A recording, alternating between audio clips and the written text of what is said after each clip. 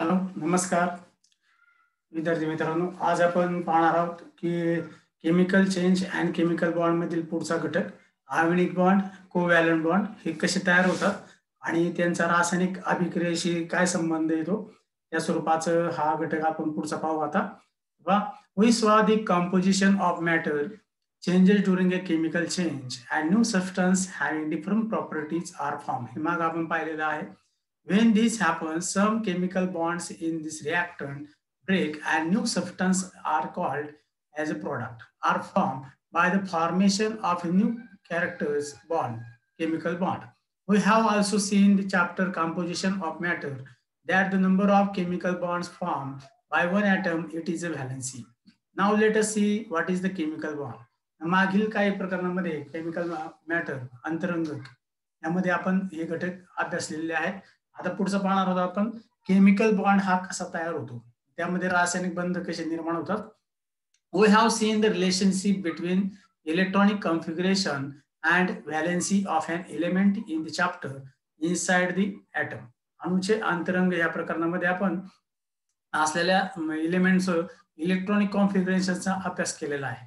Noble gases do not form any chemical bond because of last orbit of it will be also fulfilled as their electron octet duplet is complete, while the atom is incomplete. Electrons octet duplet form chemical bond. ज्यामध्ये शेवटची कक्षा अपूर्ण असेल अशा स्वरूपाच्या मूलद्रव्यांच्या मध्ये रासायनिक बंध निर्माण होतात.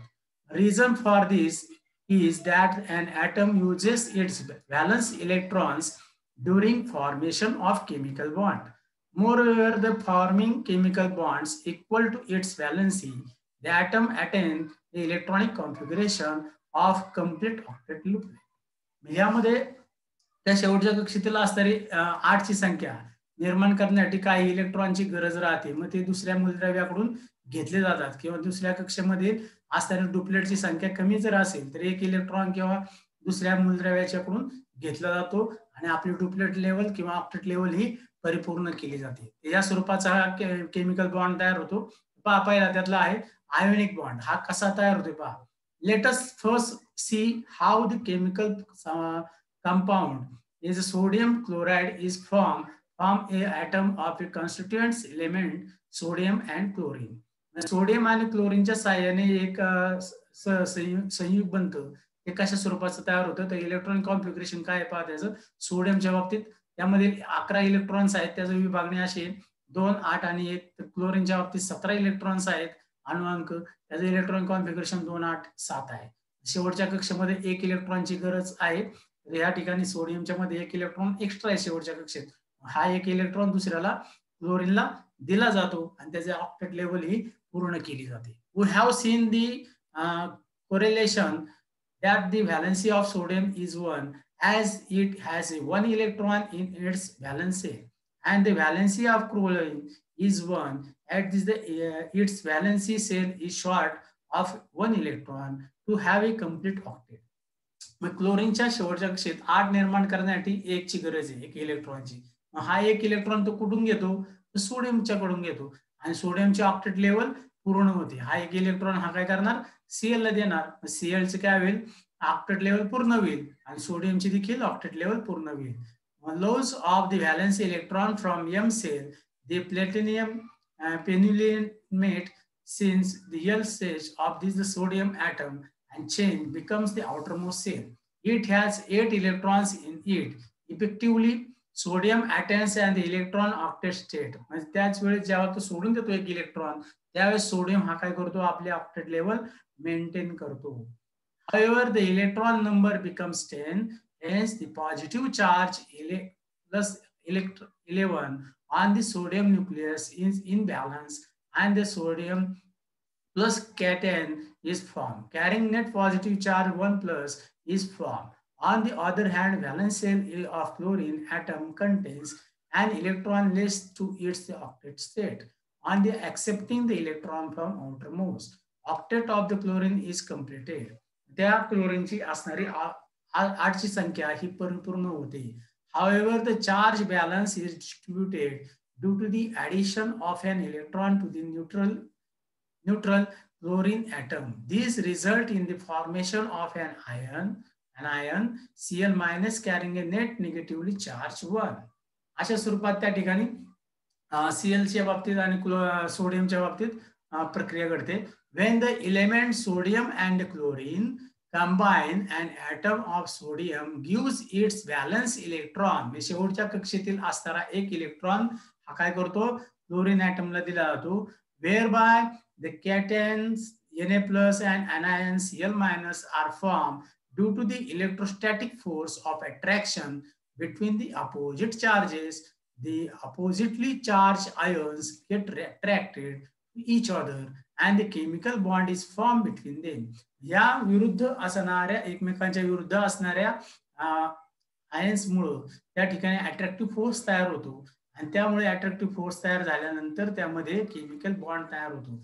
Chemical bond form due to an electrostatic force of attraction between the oppositely charged cations and anions is called an ionic bond or an electrocovalent bond.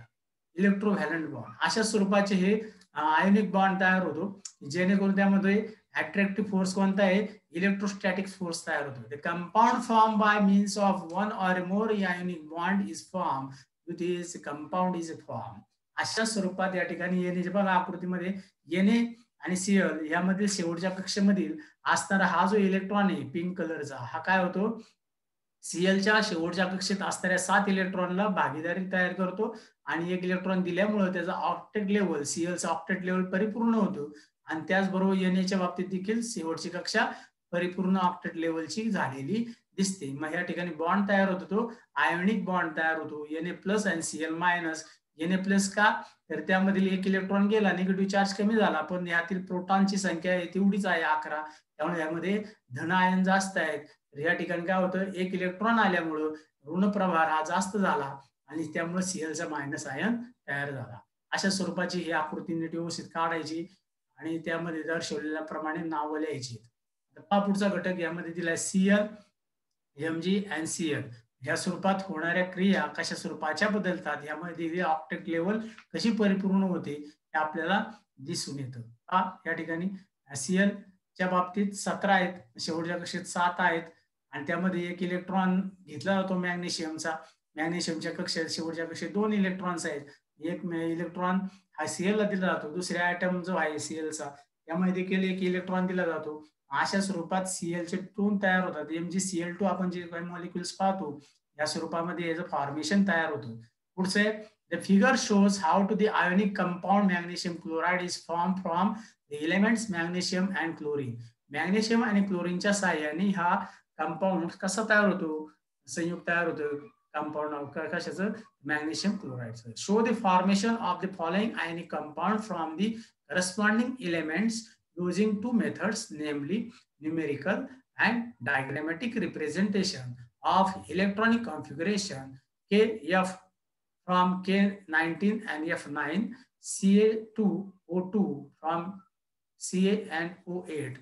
यापासून या दिलेल्या माहितीच्या नुसार आपण त्याचं न्यूमेरिकल लिहू शकतो, नेमली लिहू शकतो आणि डायग्रामॅटिक रिप्रेझेंटेशन याचं करू शकतो. ते तुम्ही तुमच्या वहीमध्ये तयार करायचं आहे. दुसरा बॉन्ड आपण पाहणार आहोत, यामध्ये दिलेला आपल्याला कोव्हॅलंट बॉन्ड. कोणता बॉन्ड, कोव्हॅलंट बॉन्ड. पहा, generally a covalent bond is form when atoms of 2 elements having similar properties combine.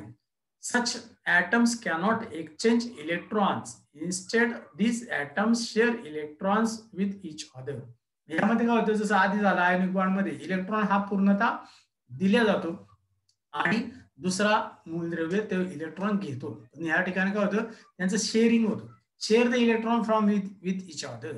The shared electrons become a common property of both the atoms and thereby the electron octet duplet of the both of the atoms becomes complete. यामध्ये काय होतं, देणे किंवा घेणे ही प्रक्रिया नाही, तर दोघांची काय असते, कंबाईन प्रक्रिया राहते की तो इलेक्ट्रॉन हा काय राहतो, दोघांचाही घटक राहतो जेणेकरून त्यांचे ऑक्टेट लेवल कंप्लीट बनते. Let us first consider an example of hydrogen molecule H2. याच्या बाबतीत देखील तसेच क्रिया घडते. काय दाखवले, we have seen in the chapter inside an atom that a hydrogen atom contains 1 electron. Its duplet is short of one electron. हायड्रोजनच्या मूलद्रव्यामध्ये काय आहे, त्याचा अणुअंक 1 आहे, त्याची इलेक्ट्रॉनची संख्या देखील 1 आहे, प्रोटॉनची संख्या देखील 1 आहे. ह्याला डुप्लेट पूर्ण होण्याकरता एका इलेक्ट्रॉनची गरज आहे. मग तो काय करतो, दुसऱ्या हायड्रोजनच्या मूलद्रव्याशी संयोग साधतो आणि H2 निर्माण होतो. त्याद्वारे दोघांची ऑक्टेट लेवल परिपूर्ण होते. And therefore the valency of hydrogen is 1.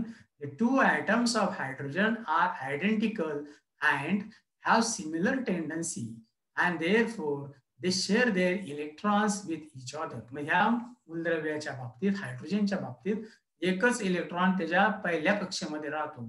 हाच इलेक्ट्रॉन दुसऱ्या हायड्रोजनच्या पहिल्या कक्षेत समाविष्ट झाला, दिला गेल्यासारखा वाटला, तर त्यावेळेस तो शेअरिंग करतो आणि पहिला आधीचा एक इलेक्ट्रॉन आणि हा घेतलेला इलेक्ट्रॉन, अशी त्याची डुप्लेट लेवल परिपूर्ण होती. जशी त्याची होती तशी ह्याची देखील होती. दुसरा मूलद्रव्य हायड्रोजनचा हा पहिल्याला एक इलेक्ट्रॉन भासवतो दिल्यासारखा, म्हणजे जेणेकरून त्याचा शेअर करतो आणि त्यामध्ये त्याची डुप्लेट लेवल परिपूर्ण होती. Result, the electron duplet of both the hydrogen atoms is complete and a chemical bond is formed between them.